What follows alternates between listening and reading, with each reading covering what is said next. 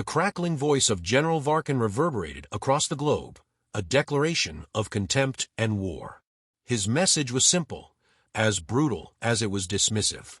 Humanity, he said, is a race of cowards. You will kneel before the Xyrax, or your world will burn.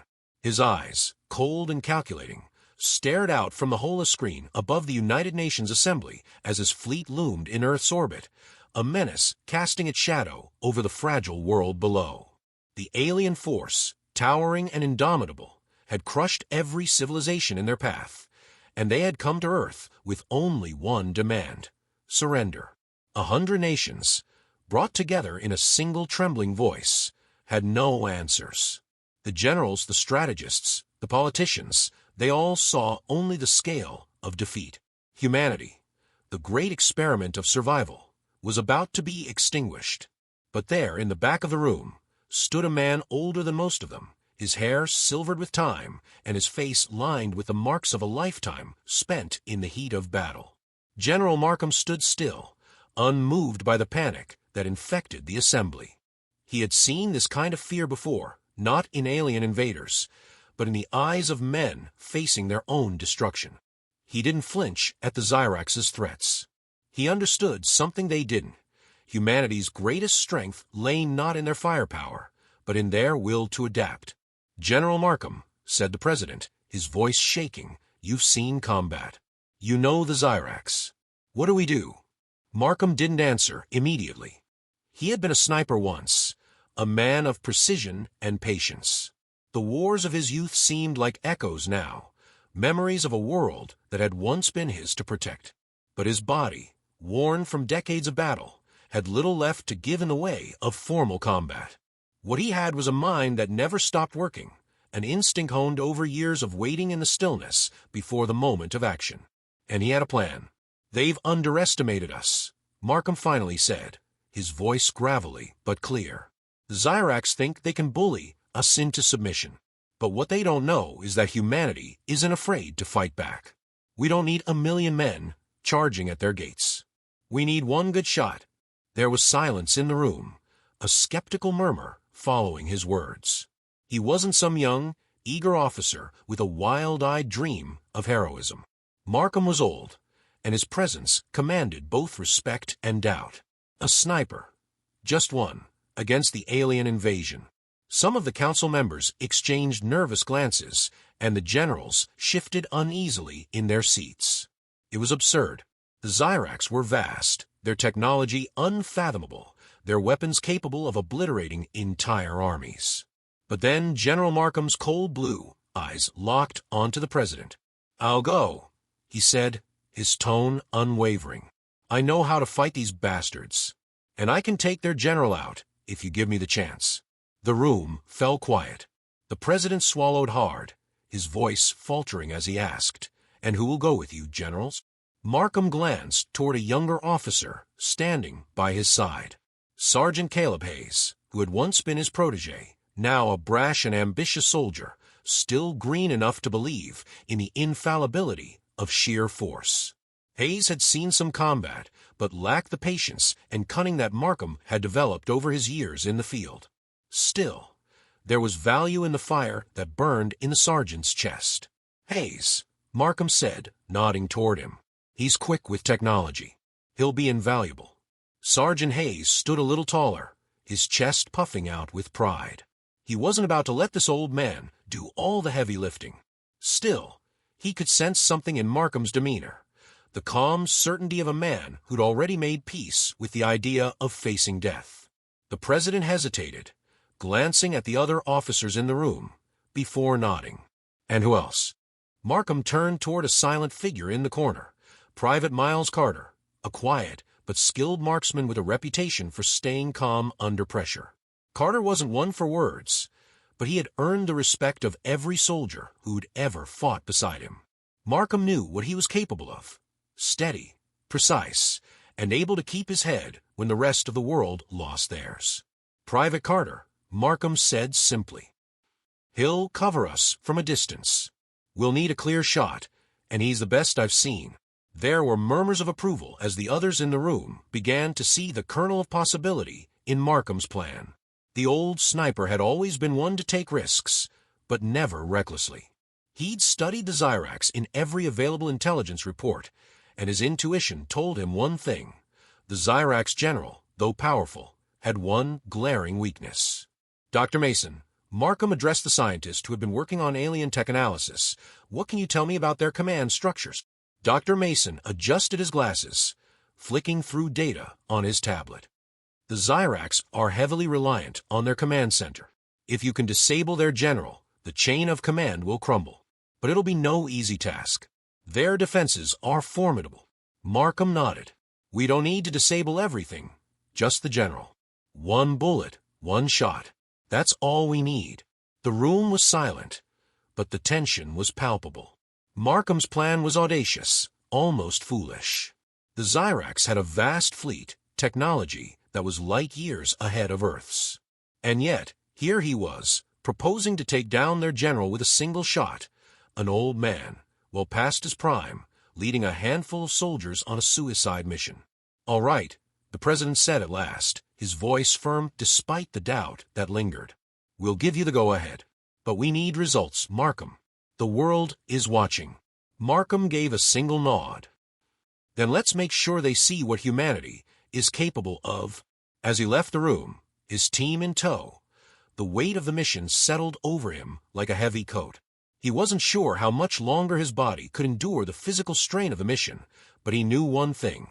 The Zyrax had made a fatal mistake. They had underestimated humanity, and he would show them exactly what that meant. The cold, barren landscape of the moon stretched endlessly before them, a desolate expanse devoid of life. Markham and his team moved silently through the dusty terrain, their figures barely visible against the gray backdrop. The Zyrax stronghold loomed ahead, an alien monolith perched against the lifeless horizon. Its surface shimmered with a metallic sheen, like a scar in the fabric of space itself. They had no time to waste. Sergeant Caleb Hayes adjusted his equipment, the hum of the alien technology at his belt a constant reminder of their tenuous advantage. He wasn't used to the cold, harsh silence of these moons. Back home, he'd been used to the noise, command radios, the clatter of military vehicles, the shouts of soldiers. Here, in the stillness, he felt as if the world itself was holding its breath. He glanced over at Markham, who walked in the lead, his old face set with grim determination. "What's the plan, sir?" Hayes asked, trying to fill the silence. He was jittery, excited, eager for the action that was bound to come. He wasn't the type to wait, but he had learned to follow Markham's lead. The old man had an uncanny ability to sense when to move and when to wait. Markham didn't respond immediately, his attention fixed on the fortress ahead. His eyes, sharp as ever, scanned every inch of the terrain. Despite his age, he still moved with the precision of a predator. Markham was not the sort of man to waste energy with unnecessary conversation. "We approach from the northwest," he said finally, his voice low and steady. "We'll use the shadows. Carter, you'll take point. Gus inside." Private Miles Carter gave a brief nod, his expression unreadable. The sniper never spoke much, but his actions spoke volumes. Carter had the eyes of a hawk, the patience of a wolf in winter. He knew the importance of this mission. He was the one who would keep them alive when the bullets started flying. He moved with purpose, his rifle slung over his shoulder, scanning the terrain with practiced ease. The others followed closely behind. Markham and Hayes moved together, with Hayes fiddling nervously with his tech, trying to override the alien security systems. They had a small window of time to get inside the base before the Zyrax deployed their full defensive measures. Markham knew the longer they waited, the harder it would be to succeed. The element of surprise was their greatest advantage, and it was slipping away with every passing minute. The silence was broken only by the crackle of static from Hayes' comms unit. "I've got access to their outer security grid," he muttered, his voice tight. "We're good to go." "Move fast," Markham urged. "We're not the only ones on this moon." Carter slipped into position, his senses sharp as ever. He moved like a shadow, a blur in the cold moonlight, creeping toward the fortress's outer walls. He was a man of few words, but his thoughts were never far from the mission. He'd learned long ago that silence was as much a weapon as any bullet. They reached the first checkpoint with little resistance, Hayes' tech skills doing most of the work. But as they drew closer to the core of the base, the sense of danger grew. Markham felt it in his bones, a sense of something closing in, of the Zyrax becoming aware of their presence. The first wave of security drones appeared in the distance, sleek and deadly, their sensors scanning for any signs of intruders. "Get down," Markham hissed, dropping to the ground without a second thought. The others followed suit, taking cover behind a nearby rock formation as the drones zipped past overhead. Carter's breath slowed, his rifle poised, ready to take out the nearest drone if it came too close. But Markham's calm held them in place, and they waited until the threat passed. As the drones disappeared into the distance, the team exhaled in unison. Markham's plan was working, but the risks were multiplying with each step. They had to get closer, find the Zyrax general, and strike before they were discovered. Time was running out. "Status report," Markham said, his voice clipped. He didn't need to look at Hayes to know the man was on edge. But he also knew Hayes needed a direction, something to focus on. "We're in," Hayes replied, fingers moving deftly over his tech console. "I've hacked their communications. No sign of any reinforcements yet, but I can't guarantee that'll last." "Carter?" Markham asked, turning to the sniper, who was still watching the horizon through his scope. "Clear," Carter murmured, his voice calm as always. "No movement from the inner sector. The general's command center is up ahead." Markham nodded, his gaze hardening. This was it, the moment of truth. They were close, closer than they'd ever been to achieving the impossible. The Zyrax general, a towering alien creature with the tactical genius of a commander and the ruthlessness of a predator, was just beyond their reach. And Markham, an old man with a rifle, was all that stood between humanity and certain defeat. The team moved forward cautiously, each step measured and deliberate. They had no margin for error. The alien technology was alien for a reason. It was not something any Earth soldier could easily understand. But Markham had always trusted in one thing: instinct. And his instincts told him they were being watched. As they neared the entrance to the command center, Markham's suspicions were confirmed. A low hum filled the air, the sound of approaching Zyrax soldiers. Hayes swore softly under his breath, his hand hovering over his weapon as he scanned the security feeds. "They know we're here," Hayes said, voice tight. "We've got maybe 5 minutes before the whole base goes into lockdown." Markham's face remained a mask of calm. This was what he had trained for, what he had sacrificed for. The battle wasn't about fighting. This was about outwitting the enemy, using their overconfidence against them. He glanced at Carter, who was already positioning himself, his rifle aimed at the command center's entrance. "It's now or never," Markham said quietly, his voice resolute. The others nodded in unison, and with that, the team moved as one. Hayes disabled the outer alarms, and Markham's heart pounded as they slipped inside the command center's threshold. The cool, sterile interior of the alien structure was a far cry from the chaos of the battlefield outside. But within these walls lay the key to victory or defeat. The team moved swiftly, their every action a calculated step toward their goal. The general was close. And when the time came, Markham knew one shot would decide everything. The tension in the air was palpable, as though the very walls of the alien stronghold sensed the weight of the moment. Markham's heart beat like a drum in his chest, a steady reminder of his age, his mortality, but was drowned out by the sound of his thoughts, calculating, precise, steady.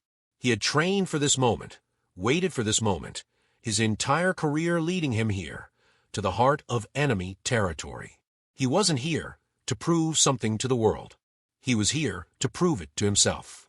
The command center was a labyrinth of gleaming metal and strange, shifting holograms, each one more foreign than the last.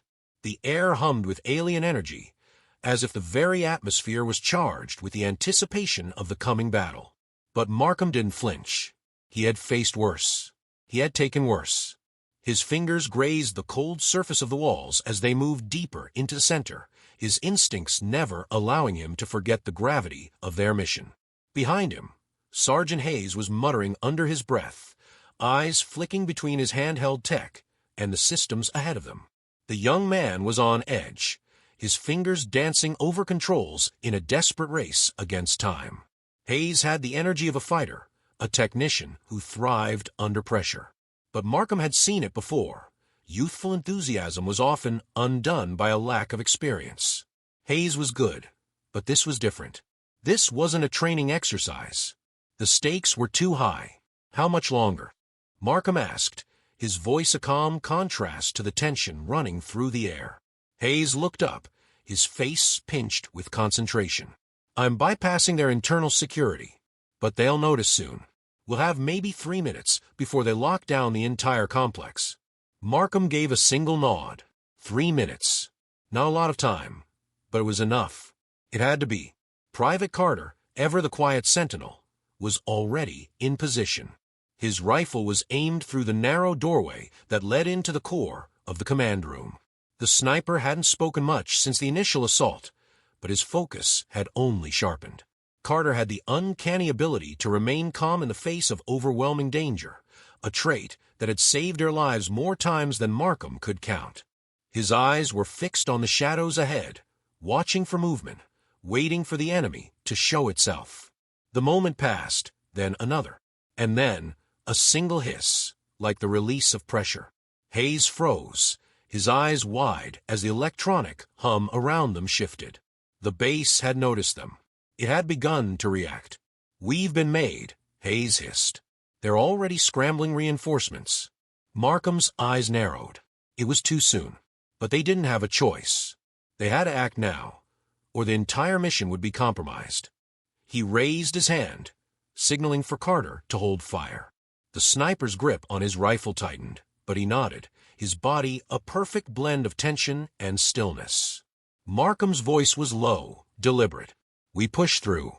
Stay sharp. The four of them moved quickly through the hallways, silent as phantoms. The world outside seemed distant now, as if the fate of the universe hung in the balance. Inside this fortress, there was only one mission: eliminate the Xyrax general. The air grew heavier, the sounds of alien soldiers approaching growing louder with each passing second. The team accelerated their pace, the pressure mounting. They reached the inner sanctum, the heart of the Xyrax military command. Beyond the heavy door lay General Varkan, the alien commander whose name had become a symbol of fear across the galaxy.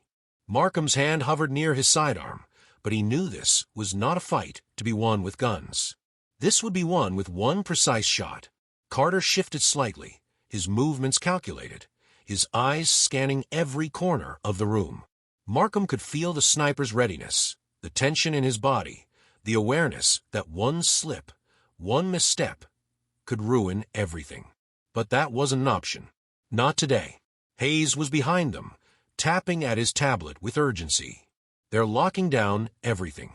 We've got seconds before the door shuts. Carter, Markham said, his voice barely a whisper, your shot has to count. We won't get another chance. Carter's response was a silent nod, and then his gaze returned to the scope of his rifle. Markham could see the way his fingers twitched, the subtle tightening of his jaw. Carter was as ready as he'd ever be. But even Markham could sense the weight of this shot. It was more than just another enemy. Varkan wasn't a faceless soldier. He was a commander, a symbol of the alien conquest. Killing him would be more than just a tactical strike. It would be the difference between victory and extinction. The door in front of them hissed open, revealing the sprawling command center, bathed in the harsh light of the alien technology. At the far end of the room stood General Varkan, a towering figure in his gleaming armor, his eyes scanning the terminal before him, oblivious to the intruders. It was a moment frozen in time. Everything was in place. Markham glanced at his team. Hayes was already tapping into the Xyrax systems, his eyes darting across the screen, preparing for the last-minute adjustments. Carter was silent, a dark figure against the glow of the alien consoles. And Markham, he was only a breath away from their objective. He moved first, a swift command cutting through the stillness of the room. Now, Varkin's head snapped up, his gaze flicking over to the intruders in the split second it took for Markham to cross the room. But it was already too late. Carter's rifle cracked the silence, and Markham's heart thundered in his chest. The shot was perfect. Varkin's head snapped back, his body crumpling to the floor in a heap. For a moment, there was no sound, no movement, just the echo of the shot ringing through the empty chamber. And then, chaos erupted. The room flooded with blinding light, and alarms screamed from every corner. The doors slammed shut, locking them inside. "We did it," Hayes gasped, his voice full of disbelief. But Markham didn't share the same relief. The battle was far from over. "Not yet," he said grimly, his voice low. "They'll come for us now. We have to get out of here." And they would. But for now, they had won a battle that would echo through history, no matter what came next. The base was in chaos, the alarms blaring, the very walls seeming to tremble under the weight of the Zyrax response. Markham stood at the center of the command room, his hand steady on his weapon, but his mind racing through the next phase of the operation. The shot had been perfect, but the mission was far from over. The death of General Varkin would not be enough to break the Zyrax. They were an empire, and this was just one strike. He had no illusions about the severity of their retaliation. "Hayes, can you get us out of here?"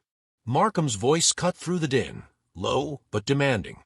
Sergeant Hayes's fingers danced over his tablet, eyes flicking between the screen and the blaring alarms.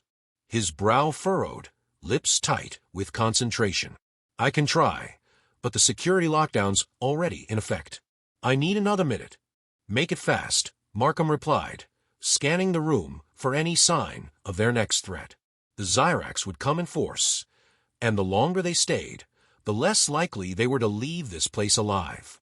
Private Carter was still in his position by the door, his rifle steady, eyes darting between the shadows and the rapidly shifting patterns on the alien technology around them.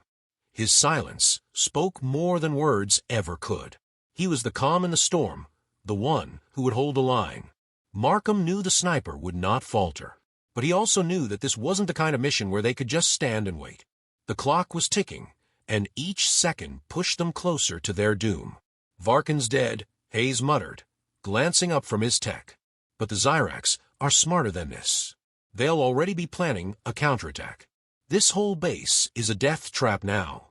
We need to keep moving," Markham said. He turned to Carter, who remained focused, his rifle now trained on the approaching shadows in the corridor beyond. "Carter, you stay with me. Hayes, get us out of here, now." Hayes's fingers flew over the console, eyes scanning for any breach in the lockdown. There was a flicker of hope in his movements, a door opening just slightly, a crack in the system. But it wasn't enough. The Zyrax had made sure to safeguard everything, their technological infrastructure designed to handle any potential infiltration. Still, Hayes was not one to back down. Markham had seen him push through impossible odds before. This was no different. The sound of heavy footsteps echoed from the hall.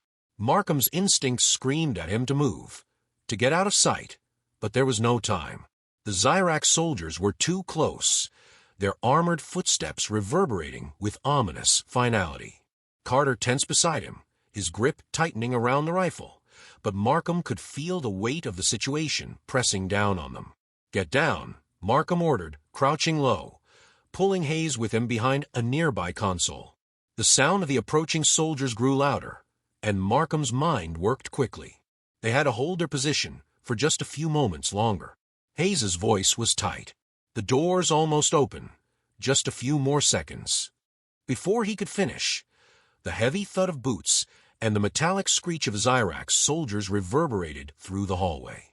Markham signaled for Carter to take position at the far side of the room, a vantage point that would give them the best shot if they were discovered. They had no choice but to fight their way out. The perfect shot had been taken. Now they would have to rely on their training and grit to survive. Carter moved fluidly, positioning himself with the kind of precision that made him an excellent sniper. The approaching soldiers were now just around the corner. Markham's breath slowed, and in those few seconds of stillness, everything seemed to sharpen. His hands tightened around his rifle, his every sense attuned to the impending chaos. And then, the door burst open. 2 Xyrax soldiers, massive and armed with advanced weaponry, stormed into the command room. They saw them immediately. Humans, trapped in a room full of alien technology. Markham's eyes locked onto one of the soldiers. The creature was alien in every sense, towering and intimidating, but Markham didn't hesitate. He raised his weapon. The first shot rang out from Carter's rifle, a clean, deadly strike that hit the Xyrax soldier square in the chest. The alien crumpled, lifeless, before it could react. But before Markham could process the victory, the second soldier retaliated, firing an energy blast that sent sparks flying across the room. Markham dove to the ground, narrowly avoiding the blast. Hayes, on his feet now, scrambled toward the exit control panel, his fingers working furiously. "Come on, come on," Hayes shouted, his voice a mix of frustration and desperation. Markham's pulse quickened as he crawled to a nearby terminal, using it as cover. The Xyrax soldier advanced, its armor reflecting the harsh lights of the command center. It was moving with purpose, knowing they were trapped. The second soldier was down, but this one was smarter, more lethal. Markham's mind raced. The Xyrax didn't fight like humans. They were systematic, cold, and tactical. But Markham had a few tricks left. He turned, giving Carter a signal. The sniper, always one step ahead, shifted positions, his rifle aimed at the advancing soldier. But Markham knew that Carter wouldn't get the shot unless he created a distraction. "Hayes!" Markham shouted, his voice cutting through the room. "Activate the decoy systems now." Without hesitation, Hayes hit a sequence of commands, and the room came to life. Holographic images flickered to life. False targets designed to confuse and disorient. The Xyrax soldier hesitated, its attention split between the decoys and its mission to eliminate the intruders. That split second of distraction was all Carter needed. The sniper's shot rang out again, faster than any enemy could react. The Xyrax soldier's head exploded in a burst of red and gold, its body crumpling to the floor in a heap. Silence followed. Markham didn't wait for the soldier to fall completely before he was back on his feet, rushing toward Hayes.